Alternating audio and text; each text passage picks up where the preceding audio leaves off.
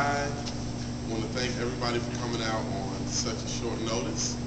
The reason we're here today is because, I would love for the reason that we're here today to be because we were talking about issues facing the 20th Ward, the high foreclosures, 27% unemployment, the jobless rate, and the crime.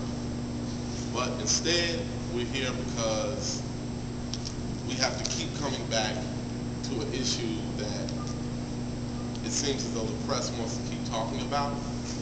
There's going to be a story tomorrow in the Sun-Times that is talking about something that the press has been talking about since my campaign began. I've been addressing it over and over.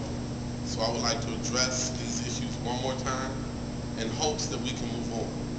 Issues that, although in my career as an artist, I have worked to create literacy programs for young people. I've worked to bridge generation gaps. I've worked to heal families and to heal my community.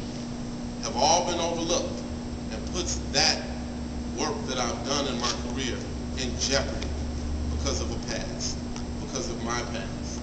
A past that I accept personal responsibility for, but a past that I've also been using as a redemption story. So before you see the story and the lies that you will see in the Sun-Times tomorrow, I want to make things clear. I want to make it clear who I am, what I've done, and how far we've all come.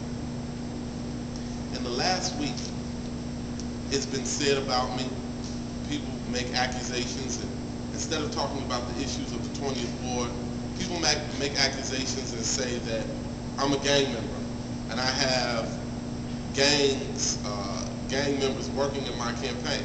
This is something that the current Alderman has said to members of the press, that I was a gang member. Behind me, not only do you see my family, you see the staff, the campaign people that have been working hard on our race in the 20th Ward. None of them are gang members, neither am I. Also, it's going to be alleged tomorrow that I'm a racist. It's going to be alleged that I've used racist epithets to hurt people. I've had racist epithets hurled against me from police officers, from places that I've lived or traveled. I know how much that hurts, and I would never, ever, ever do that to anyone else. When you look behind me and you look at the people that have been working hard on the behalf of the 20th Ward and on the behalf of the campaign that we've been running, you see a diverse group of people from different countries, different parts of the city, different parts of the America. This is what America looks like. And I don't think that you can find hardly any other campaign, of aldermanic campaign in this city, that is as diverse as mine and loving as mine.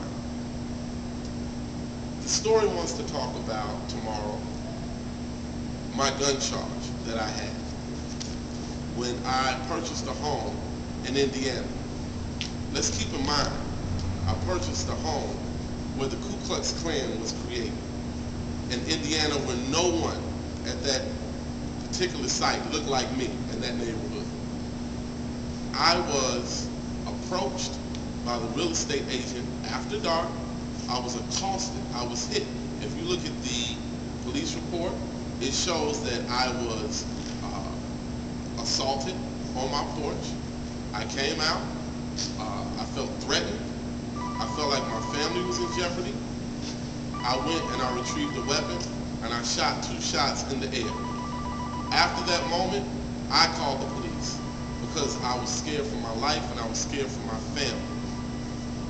I was called a racial name, and when the police came, I was cooperative. I was charged with reckless use of a deadly weapon. Had I shot at someone, I would have had much more serious charges than that. Yet, in the last few press pieces that you see on me, they're negative. No matter how far I've come, no matter how far this community has come, my story is a redemption story. My story is not one of a lifetime of violence. My story is not one of a gangster rapper. But but there's a narrative that is trying to be created of me. If you ask any of the young people that I've worked with, ask anyone who likes hip-hop music, what kind of artist is Rhymefest? They'll tell you he's a pop. The Golden Award, the Grammy that I received was for a song entitled Jesus Walks. The first time that a hip-hop artist ever reached the top of the Billboard charts with a song about God. A mentorship award that I received from the Happiness Club, a diverse group of young people that do positive work, mentoring, and learning through the arts for all young people from all over the city. I've worked with that group for years before I began to run for Alderman. I worked with Hank Johnson, Sheila Jackson Lee, Congressman Conyers on artist bills. I've testified at in the House. I've met and created initiatives with who is now the Prime Minister of the UK. But nobody ever hears these stories. The only thing people want to talk about with me is my past. The only thing people want to talk about with me are lyrics. Curtis Mayfield said, "I'm your mama, I'm your daddy, I'm that N-word in the alley." He was speaking as a drug dealer, but no one says Curtis Mayfield was a drug dealer. That's not what we think, because we know that wasn't true. It was socially conscious music documenting what people are going through. If you look at my music, that's what you see.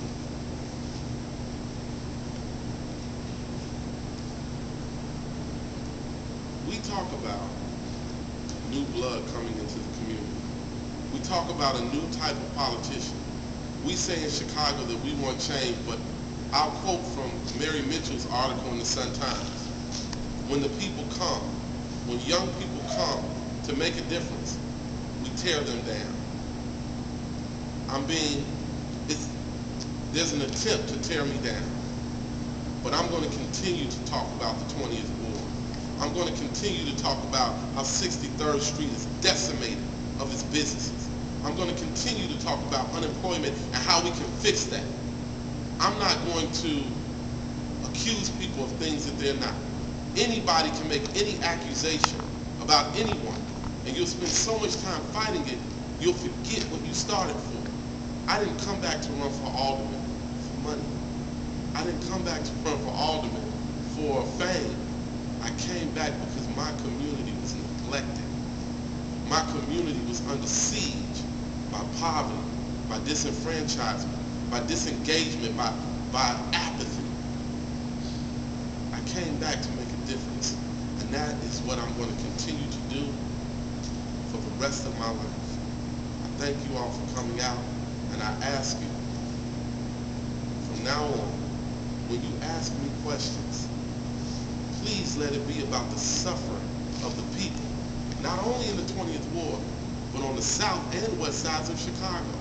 I ask you, members of the press, please, let's talk about the young people who have been murdered in the last week and how we can fix that. Let's talk about how we can help people pay their water bills, how we can get the mail delivered on time.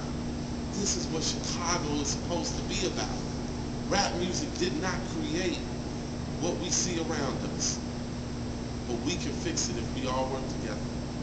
As I stand with my wife, who is a teacher at Whitney Young, and my son, who is a student of the public schools, as an endorsed candidate by the Chicago Teachers Union and the SEIU, who I'm proud to have their support, the IVI-IPO, the Women's Democratic Organization, veterans organizations, who all support my campaign.